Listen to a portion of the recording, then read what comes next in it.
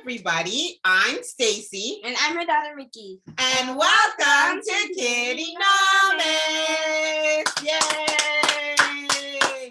I am so excited for this week's KiddieNomics because we have the amazing, phenomenal, always fun Miss Siobhan Bent back on KiddieNomics. And we are going to be talking about part 3 of our 3-part series. So this is the last part of our 3-part series that we're doing for house flipping. So we're going to be talking about financing, how to finance your house to flip, right? So this is going to be a fun session today. Hi, Anaya.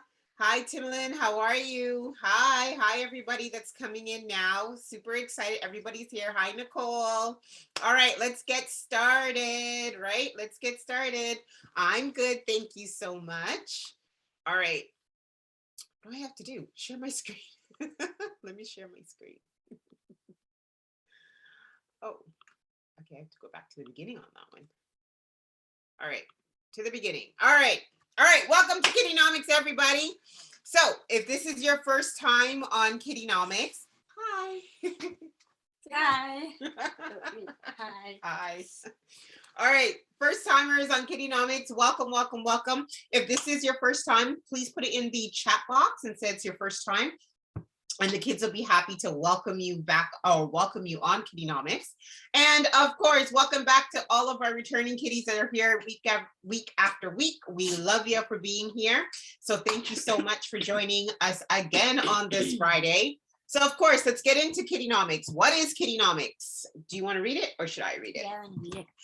KiddieNomics will help kids ages 8+ to develop a healthy relationship toward financial literacy, helping to start off kids on the right path to have a successful financial future. To have a successful financial future. Yes, that's what we want for everybody. That's what we want for you out there in Zoom land.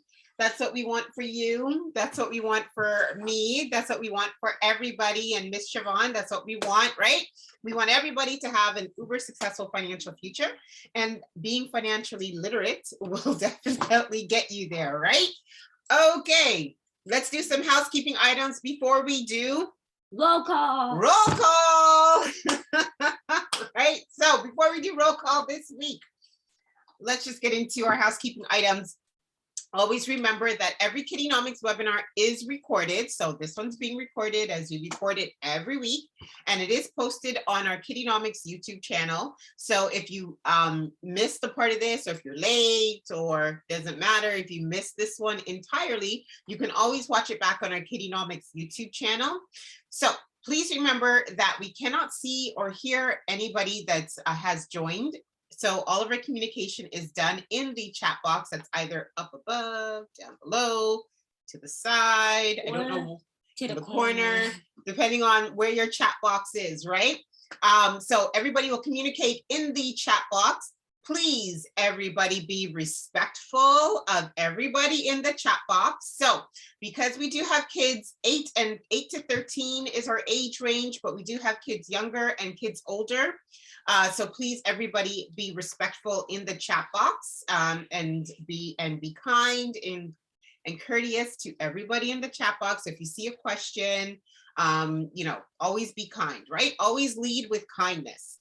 And always remember, we want to keep a safe and happy, healthy community here on KiddieNomics. So we never want to see any email addresses, phone numbers, your ages. We don't want to see any of that in the chat box. We want to make sure that you guys keep all of that private, okay?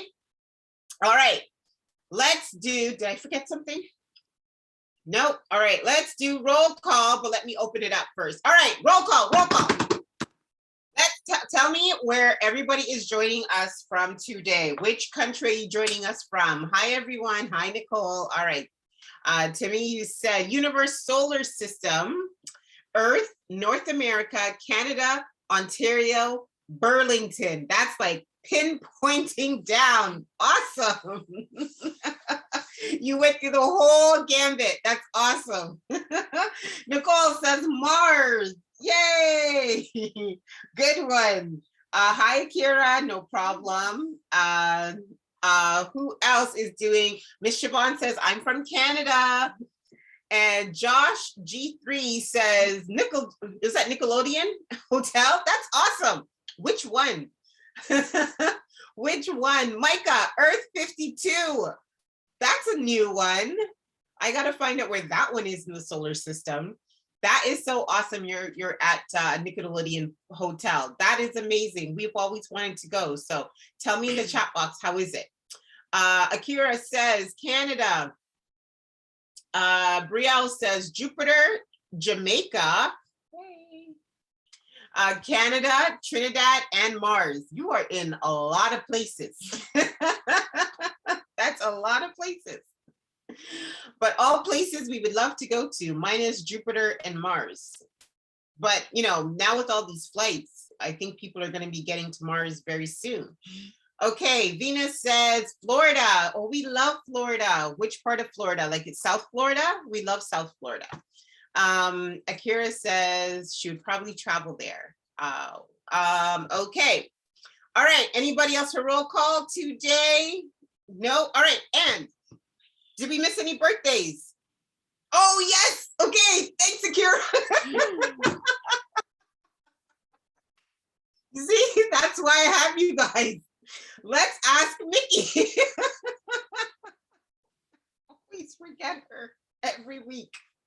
Every week I forget her. Thank you so much, Akira. I know, poor Mickey, right? I'm so done. I don't know. Okay, Mickey, where are you joining us from today? The walls. The walls. All right, that's cool. Thank you. Thank you, Kira, because she reminded me. Thank you. All right. And also, did we miss any birthdays in the last week? Oh, we missed last week. So I forgot to ask, how was your March break? March break. It was amazing. Oh, yeah. Your March break was amazing? Yeah, remember when we went to the beach? You're funny. All right. Hopefully everybody had a good March break and it was amazing, says Nicole. That's awesome. That's awesome. Do we miss any birthdays? My brother's birthday's in May. All right, when it's his birthday, then remind me and I'll wish him happy birthday. Did we miss anybody's birthday in the last 2 weeks though? Or over the March break holiday, not yours? All I did was sleep, watch movies. Oh, that's good. Hopefully you watch some good movies. Did anybody see the new Spider-Man movie? No Way Home? We watched that. That was amazing. We loved that. Good. Yeah, that was really good. We loved it. We loved it. Really? There wasn't even any in there, like barely. I didn't, what kissing? I didn't see any kissing in Spider-Man. You watched it, says Brielle. Oh, that's good. All right, awesome. Okay. All right, I'm going to, oh, you went to watch Encanto. That's nice. That's a great movie. We've seen that movie a lot in our household. Oh, yep, MJ and Peter Parker. Okay. All right, cool. We are going to end the chat on that today. And let's get into why we're here with Miss Siobhan. Hi. All right. So Miss Siobhan Bent is a mother, a marketplace minister, a mortgage broker, author, and legacy coach. Decided early on that real estate was going to be the way she broke the cycle of generational poverty within her family. When Shavon took the leap of faith to purchase her first property at the age of 23, having the support of a mortgage professional made her experience stress-free, and she instantly fell in love with the real estate industry. A short time after, she made a bold decision to quit her full-time job. Can you imagine? That's a big step, right? And jump headfirst into entrepreneurship in the mortgage industry. For the last 20 years, Shavon has also known as the MortgageLady, has been helping families navigate through the complicated world of financing, and she loves it. And we love her here on KiddieNomics. That is for sure. So let's give a big KiddieNomics round of applause. And I'm going to stop my share. There we go. Hi. Hello, everyone. Hey, Mickey. Hey, Miss Stacy. Thank you so much for having me back. I heard all of those great things that you guys did over the March break and all of those wonderful places that you guys are chiming in from. Yeah, I right? put those on my list. Right. Awesome, awesome, awesome. All right, so I'm going to go ahead and share my screen so we can get started. Can you guys see that? Yeah, we can see. Okay, there we go.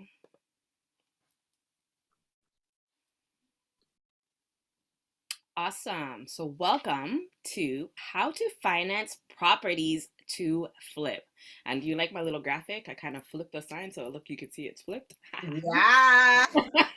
That's me trying to be creative. You did good. You did good. You did good. Thank you. All right, so for those who haven't met me before, as Miss Stacy said, I'm Shavon. I'm a mom of one 9-year-old. I tried to get him to join us today, but he just really didn't want to. He prefers to play his video games, so that's okay. But as a mortgage broker, as Miss Stacy shared, I help people with their financing. And so whether you are purchasing a property to live in it for yourself or live in it or purchase it to for as an investment for someone else to live in it, I can help you do that. And so today we're talking about a particular type of investment, which is flipping, which is ideally a short-term type of investment so that you can get your money quickly. All right, so we're going to talk about, there's some really cool pictures, Yeah, I love this one. Why house flipping, right? The difference between a regular purchase and a flip purchase. And we're going to kind of briefly analyze the cost of a flip. And then we're going to talk about who's going to fund your flip, right? Because it is a little bit different than a regular purchase. So I have a question for you. Why would you buy a house to flip?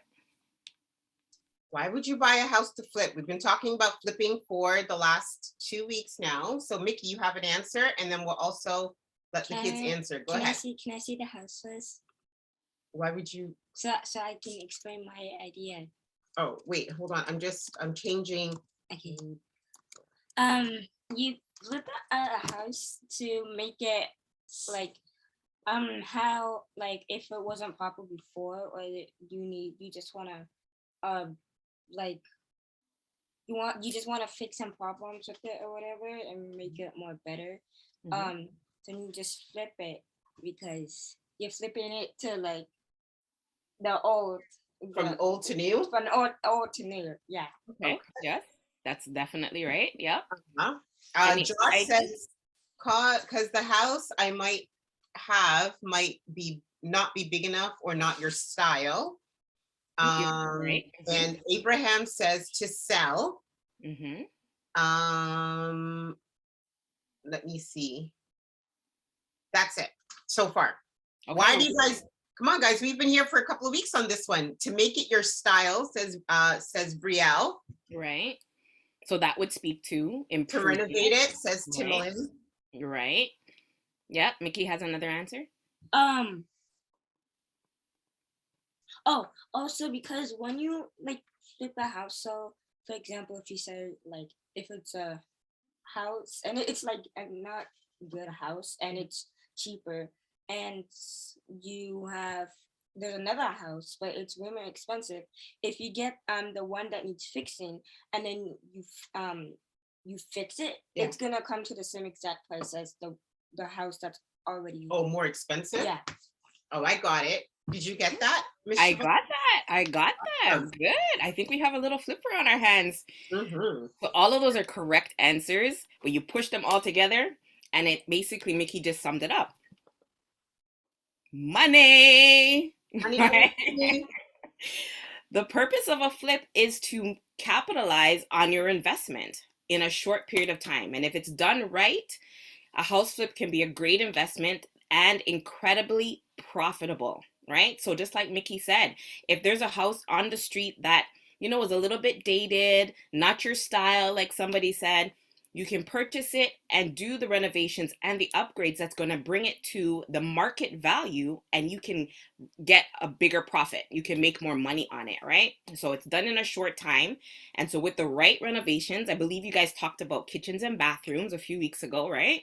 The right renovations, once you sell that property, you can make much more money than you actually paid for it. So that is really the purpose of flipping, is to maximize the investment at a short period of time and make some money. All right, so we're gonna quickly just go over what is the difference between a regular purchase and a flip purchase. And so in short form, it's really because a regular purchase, typically people are purchasing a home to live in it, or they're gonna have it for a shorter period of time. So it could be anything more than a year.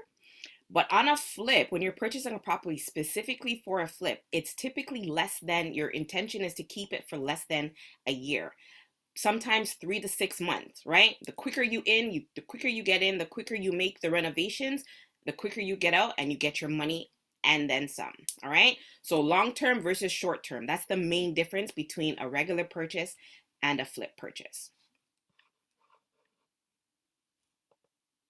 Does anybody have any questions on why you would, what's the length of time to hold a house for to flip?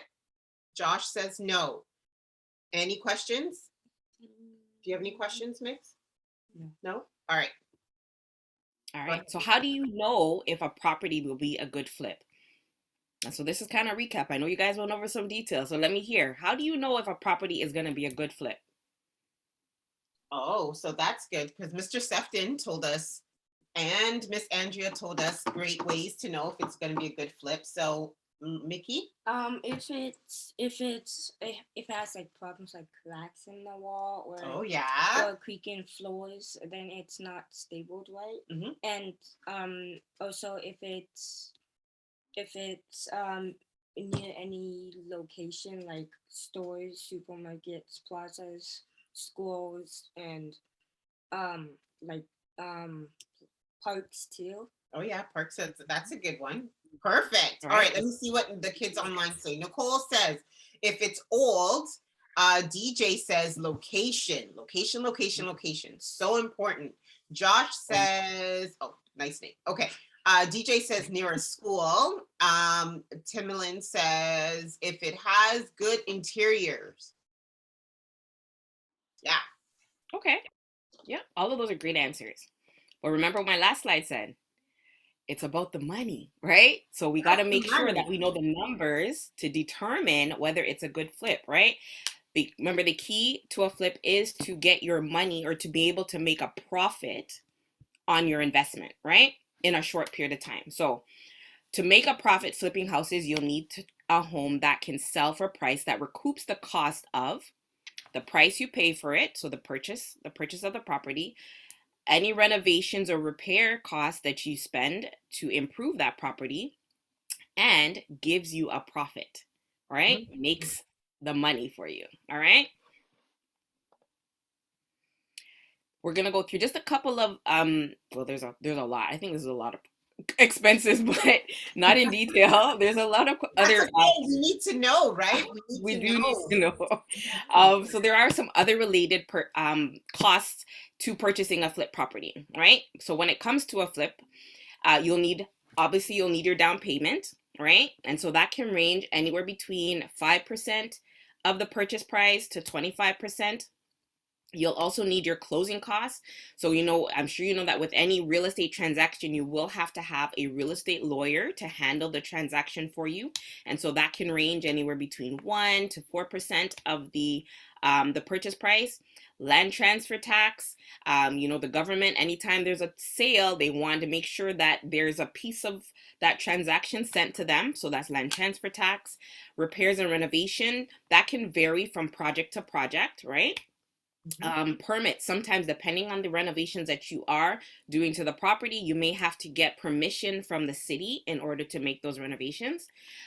deposits to the contractor. So who's going to do the work for you, right? I know Mr. Scepter talked about the contractors and who would do the renovations, whether it's tearing down walls or putting up cabinets.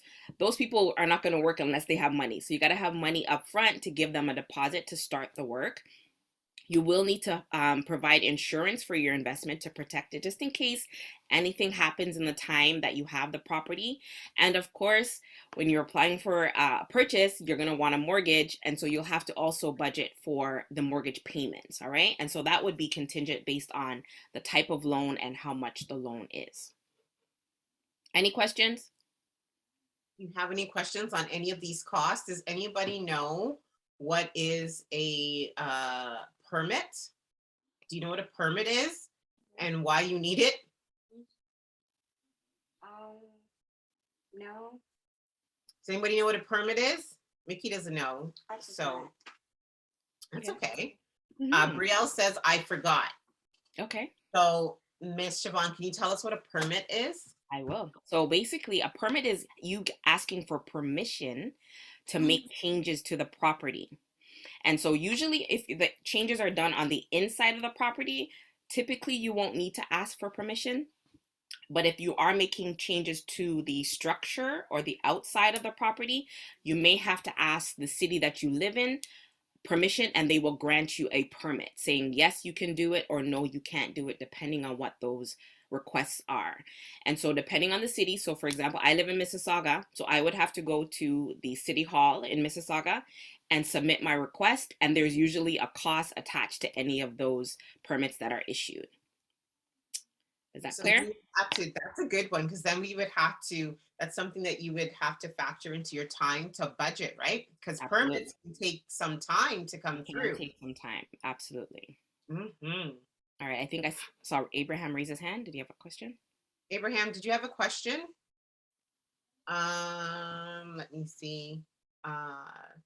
DJ answered the question. Abraham says no. All right, go ahead. All right. So remember I said, right, when we're thinking about a flip, we want to factor in these costs. And so the purchase price is the first step in determining whether this is a good flip, right? Because the rule of thumb for real estate investing or real estate flipping is you never want to pay more than 70% of the after repair value. So after you've done your upgrades, after you've done your renovations, you never want to pay more than that 70% of that amount. And I'm going to go through the numbers on in the next slide. All right. Does everybody understand what Miss Siobhan means by the after repair value? Do you understand that? Like after when it's done. After you fix it? Yeah, after you fix it. Does everybody understand that? Can you give me a yes in the chat box or no in the chat box, please and thank you? Does everybody understand? Okay, yes, we. Oh, Abraham, that's a no, he didn't understand that. Nicole says yes. Do you want, Ms. Siobhan, do you want to break that down a little bit for Abraham?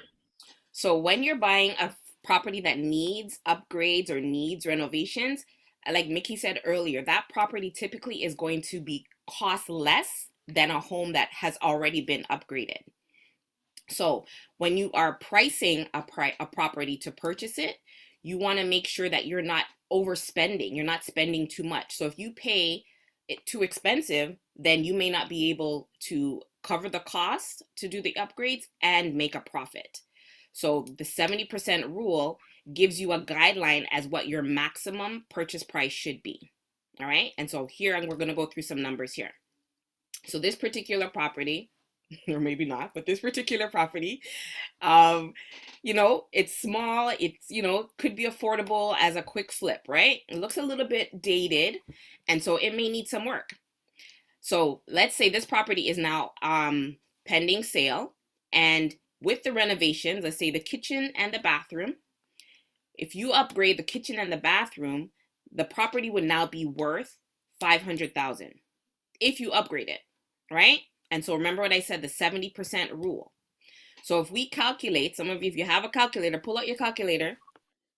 The 70% rule is we're going to multiply the AVR, the after ARV, after repair value, which is the 500,000, times point or decimal 70. Wait, what? Wait, what is it? So 500,000 times, it's right here, 0.70. Yeah. Times 0.70. And what do you get? It's 35,000. No, she didn't add another zero. So 350,000. 350. Good So job. Josh got it. Timmy got it. Perfect, right? And so to fix the kitchen and the bathroom, it's going to cost you about $20,000, right? So we're going to deduct or take away the $20,000. And so 350,000 take away 20,000 would leave 330,000. So as an investor, if you're considering to buy this particular property, you would not want to pay more than 330,000. That makes sense. Does everybody get that? Does everybody get that? You get that, Nikki? Yeah. Everybody get that? Timmy says, yep. Perfect. Josh Think of says, it this way. It's like you're buying this house on sale at a discount. we love a good sale. Love a good sale, right? DJ says yes. Abraham says yeah. Yeah. Awesome. I think the kids are getting it. Good job. Good job. All right. So we're going to analyze. We kind of figured this out already, but now the question is this really a good flip? Because everything boils down to the numbers. So if we purchase the property at 330,000, the renovation to do the kitchen and the bathroom is going to be 20,000. So the total investment on this property is 350,000. The after renovation value is 500,000. Our gross profits doesn't factor any of the other expenses, but our gross profits 150,000. That should have been green. But would this be considered a good flip? Would this be considered a good flip? Do you think so? If Wait. your profit is 150,000, that's your profit. So let me see. Timmy says it is a good flip. It's a very good flip, says Timmy. Josh says yes. Abraham says yes. Timmy says, oh, I like this answer. It doesn't cost much money. Yeah, yeah. Andrea says yes. Nicole says yes. Yeah, I think, yep, says Brielle. I think all the kids are agreeing that this is a good flip. Is it, Miss Shavon? Yes. Mickey says yes now. Yes, it is a good flip. All right. Awesome.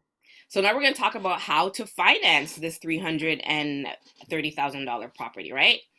So there are several ways that you can get a loan to flip a home. There's available options include mortgages from a bank, bank loans from private lenders, home equity loans, crowdfunding, joint ventures, and of course, personal savings. If you got $330,000 cash in your account, you could buy the property cash. But I wouldn't suggest you do that. But I'm just saying you could if you wanted to. All right. And so we're just going to cover two ways in which we can finance a flip property today. So the first one is the bank loan, which is the most common, the most traditional way. And so lenders offer a program called the Purchase Plus Improvements. So that means it gives you an opportunity to buy a home that already needs a little bit of work, and they will give you money to do so. There are some stipulations to it. You know, there's like some rules. But a Purchase Plus Improvement mortgage is a mortgage that covers not only the purchase price of the house, but also includes additional money to cover the renovation costs up to 95% of the ARV. Does anybody remember what ARV stands for? Put it in the chat. Miss Shavon has asked you, what does the ARV stand for? Put it in the chat. What does it stand for? It stands for, where's ARV? Oh. ARV. Timmy, no. After repair value, right? After you've done the kitchen and the bathroom, remember the property is going to be worth $500,000, right? Because you've improved the state of the property. So with this program, the improvement cost, as I said, there's some guidelines in which you have to follow in order to be able to use this program. So improvement costs need to be less than $40,000 or 10% of the improved value of the home. So $40,000, how much is it going to cost us to repair the kitchen and the bathroom? Do we remember? How much was it? The- 300. No, but just to do the bathroom, the kitchen and the bathroom. Do you remember the cost? 500,000. That was to purchase it. Oh. DJ says 20,000. Good job. I know. Abraham, 20,000. Good job. All right. So 20,000, that means it meets that criteria, right? It's less than 40,000 and or 10% of the improved value. So at 500,000, now that we've done the kitchen and the bathroom and the property is worth 500,000, 10% of 500,000 would be 50,000. So are the 20,000 costs, is it less than 10% of the value? Mm-hmm. Is it less than 10% of the value? Miss Shavon is asking. DJ says yes. Great. So that means this could be a viable option for us to use to flip our property. All right. Here we go. Yeah, same thing. So I don't know why this is there, but okay, this is it. All right. So how does a purchase plus loan work? So once you found your property, which we found, we determine exactly what the renovations we need or want and obtain an idea of what the cost will be, which we also found, which is $20,000, correct? They do recommend that we do get quotes from contractors. I heard Mr. Septe say that too, right?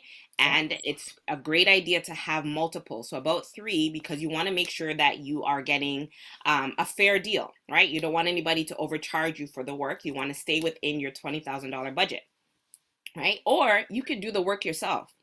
Anybody could do renovations in the kitchen or bathroom? Nikki? Can you fix anything? Yeah, I can. You Of can? course you can. Of course you can. I can fix my food. I'm gonna put her to work. Is anybody handy online? Do you help your parents fix anything like paint the walls? Has anybody ever painted? You painted? Never painted. I have. Okay. Yay. The last thing I think is the market value. We will have to do an appraisal, right? So once to apply for this program, the lender wants confidence that once the renovations have been done, that it will meet the appreciated value based on the renovation. So we will have an appraiser come in to just verify that. They will look at all the renovations. They will look at the comparables of the other properties that are in the area to make sure that what we've done to the property will increase the value. All right. Then this is a lot of work. We have to submit all of our documentation. So I've talked to you guys before about mortgages and how we have to submit an application to a lender to see if we can get approved. What do they need? They need a lot of stuff. They need to know, they need a copy of the sale agreement. So they need proof that we've actually purchased the property. We'll have to send them those quotes that we've requested. So remember, we asked for 3 different quotes from different contractors. They want to see proof of that. We will have to show them that we have not only the $20,000, but also funds to cover all of those other fees. So our down payment, we have to pay the lawyer. If there's any permit requirements, we have to show them proof of all these things before they will approve us for this program. Once we've closed on the deal, we got our keys, right? At that time is when the bank will forward the money that they're giving us for the renovations. They will send it to the lawyer and have the lawyer hold it in trust until the renovations are done. So we definitely need to have our own money in order to complete those renovations, right? And so also gives us a timeline in which they need to be completed. So it has to be done between 3 to 4 months and approved by their verification process. So they'll come in to make sure all the work has been done and that it truly does value what we had anticipated it to value in the appraisal. All right. And once the renovations are done, then the lawyer will give us back that $20,000 that we used for the renovations. Any questions? This is a cool option. Does anybody have any questions? So with this option, if you're doing Purchase Plus, what is one of the main takeaways that you would need to have for Purchase Plus to finance your flip this way? What did we get? You need income. Yep, that's right. That's for sure. Yeah. What else? You need contractor quotes. Yes, yes. Taxes and funds, says Timmy. And Yep. bills. Bills, says Mickey. Right, those are the contract quotes. Yep, you Those got are to the show receipts. contract quotes. Yep, Mhm. yep. Got to have money. Yep. Gotta have money. You know what I took away was that you need to have the money before you do this. So you have to have the money in your account. So, and then you will get reimbursed the money. Right. So if you want to use this program, then you have to have the money up front. Josh says, good looks. Good looks to have this, I guess because you're improving. Josh is funny. Good Okay. looks always works, he says. Oh, Okay. All right. yeah, All right. yeah. So let's talk about the private lender loans. And so with the private, these are actually quite easy, right? For a flipper, an investor who's a flipper, they remember it's a short-term investment. So the quicker that they can get in and get out and get their money is typically the way that they would prefer to go. So a private lender loan, this is one of the easiest and most commonly used for getting loans needed to flip houses. Again, because flipping is typically a short-term, quick and dirty, less amount of time investment, right? So many investors who flip their houses go for this option because traditional banks won't give them what they need and to get the deal done quickly, get the flip done quickly. So these loans are typically short-term, less than 6 months. They can be longer if needed, which works well with the house flipping concept. But you'll also be charged a little bit more. So, you know, sometimes for convenience, things cost a little bit less. I thought of this idea. Does anybody know about Uber? Yeah. I think all these kids know about Uber. Uber Eats. Right? So Timmy says yes, Josh says yes, Timmy says right. Uber provides convenience for us, right? We may want to go to the drive-through, but by the time we get dressed and have to drive our car, whereas we can just pick up our phone and order it on Uber. But when we do that, we pay a premium. There's a fee attached to that, right? And so just like private lenders, if we want to do something quick without hassle, they charge a premium to have that done. All right. There's legal fees, just like in a traditional loan. They have lender fees, appraisal fees, and sometimes brokerage fees. All right. So how does a private lender loan work? You notice that the list is a lot shorter than the traditional loan. They just need proof of the purchase. Sometimes, very rarely, do they ask for income, because they typically are more focused on the quality of the project, the house, right? They will sometimes want to ask for the appraiser quotes, and they'll definitely need an appraisal that will confirm the value as is, so before the renovations are done, as well as the ARV. Does anybody remember what ARV stands for? I'm testing you guys. Or what the ARV stands for. Okay, you guys have to put in the chat box now. What does the ARV stand for? After renovation value, says Abraham. After repair value, says Josh. Yay! And so one of the advantages. Good job, Nicole. Yes. Good job, DJ. Good job. Yeah. Good after job. Repair value. Beautiful. Good job. So they're listening. They're listening. Another advantage of using a private lender is that the contractor doesn't have to wait to get the work done, because the funds are readily available the moment that you get the keys. All right. So remember, again, with the privates, their goal is to get in, get out, so that they can quickly turn their money over. All right. And there's no limit on the completion date. However, again, the strategy is to get in as quickly as possible. So they're going to do the work as quickly as possible. All right. So again, this question: does this deal fit the private lender guidelines? Purchase price $330, renovation cost $20,000. So total investment is $350,000. With the same renovations, the property is going to be worth $500,000, and your gross profits are $150,000. Does it fit the private lender guidelines? Yes. Mickey says yes. What do the other kids think? Abraham says yes, it does. Who else? Let me know. Would this property fit the private lender guidelines? Who else? Let me see. Josh No. says no. Who Why do you else? think it doesn't, Josh? Let us Josh.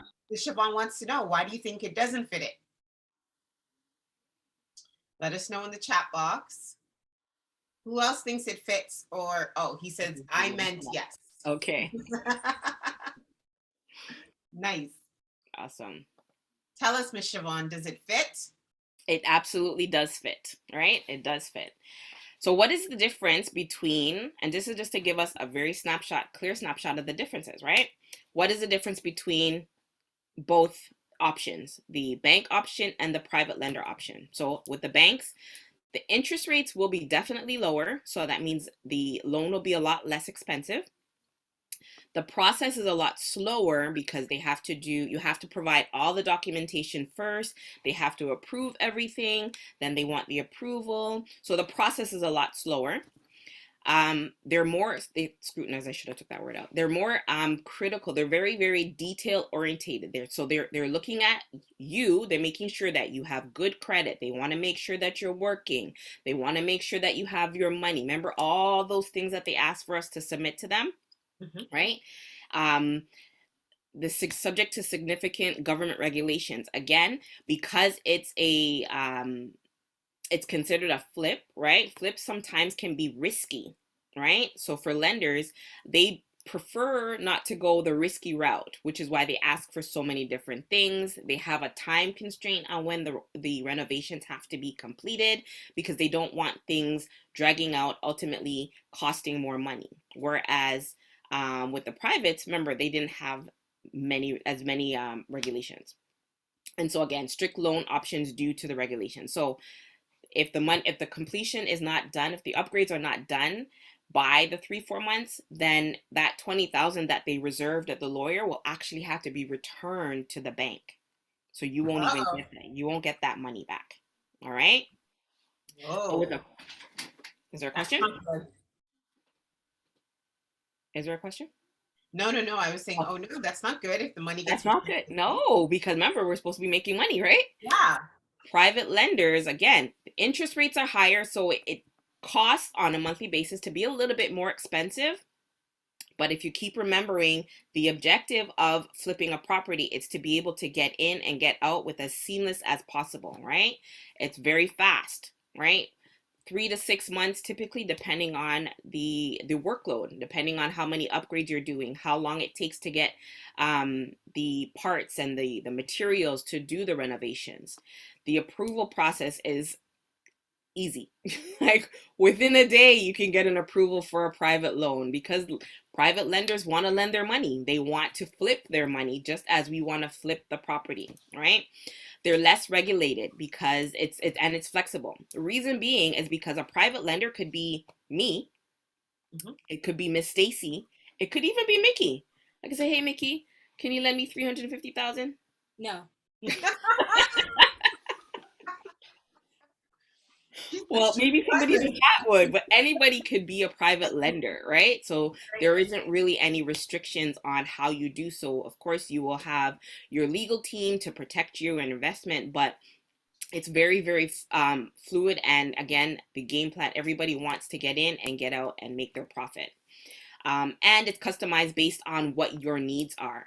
So with the banks, they have very rigid guidelines, whereas a private lender, it depends on the project and the person. So he could say he only needs it for 30 days, or he could need it for 90 days. It's based on your personal need, and a private lender is flexible like that. Okay.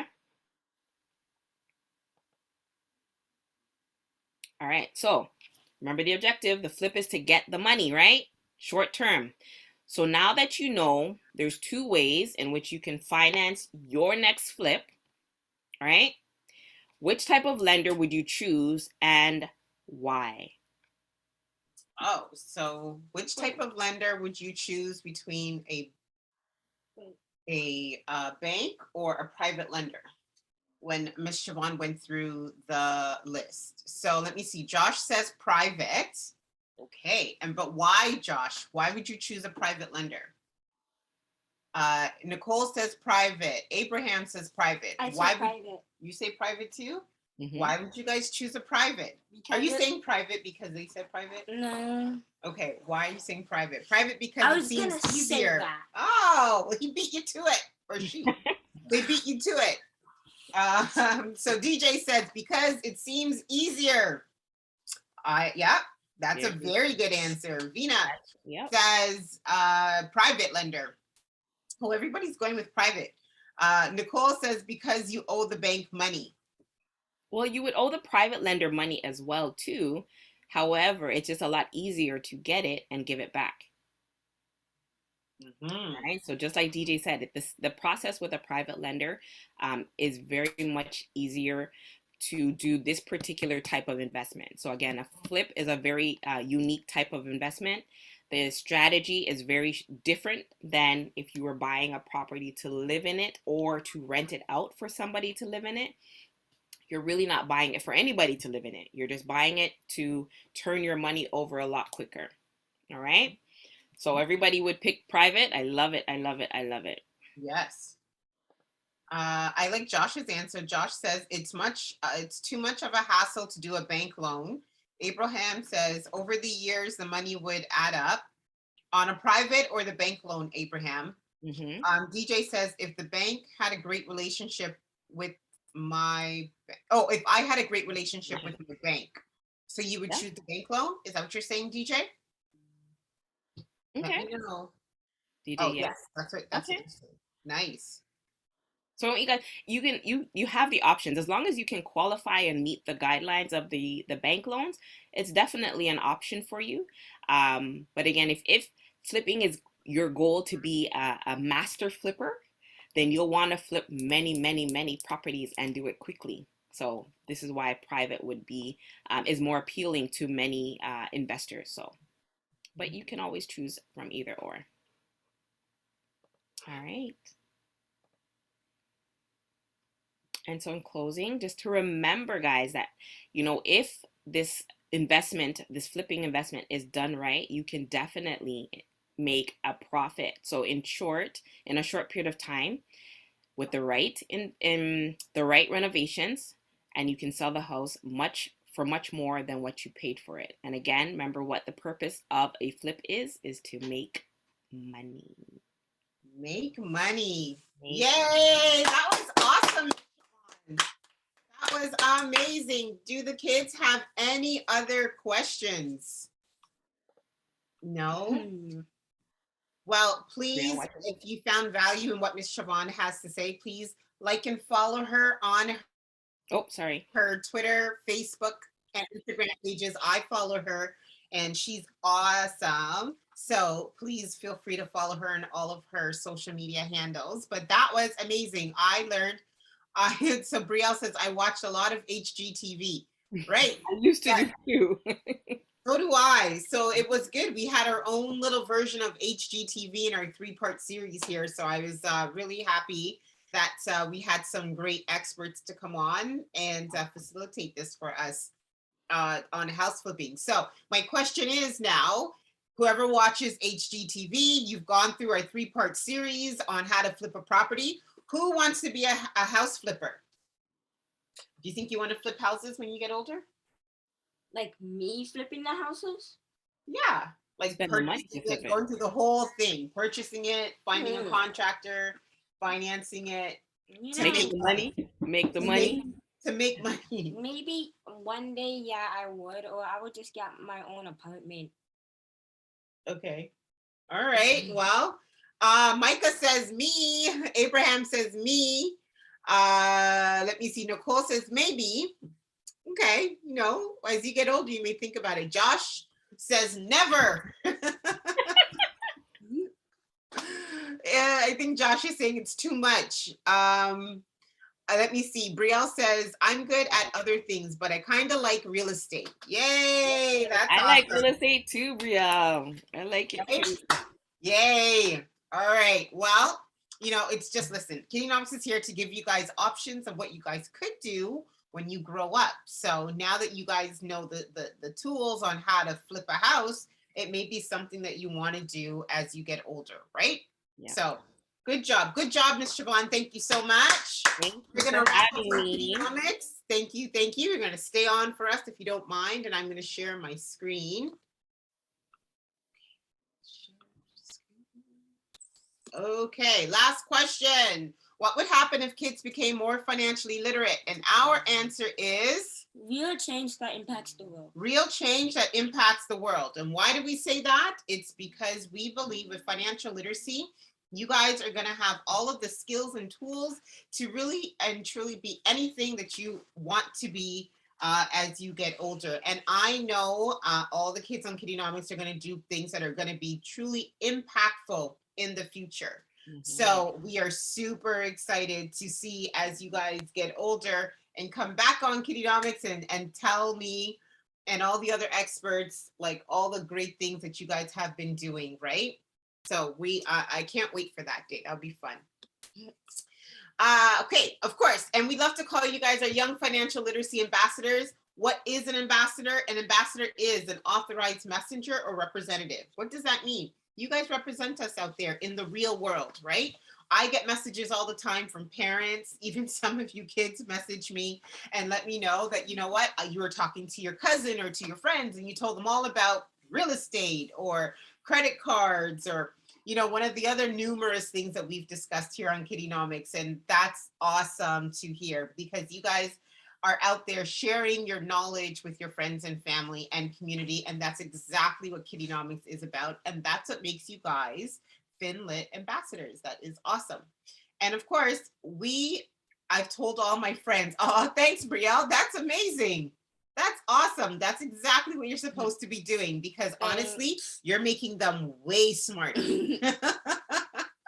And we believe knowledge is our superpower, right? So if knowledge is our superpower and you share it, honestly, the stronger you'll become, right? You'll become so much stronger. So there's a WWE thing happening in Theatron, so I'm going to that. That's awesome, Josh. Let us know. I love WWE. Well, I liked it WWF when, like, back in the day.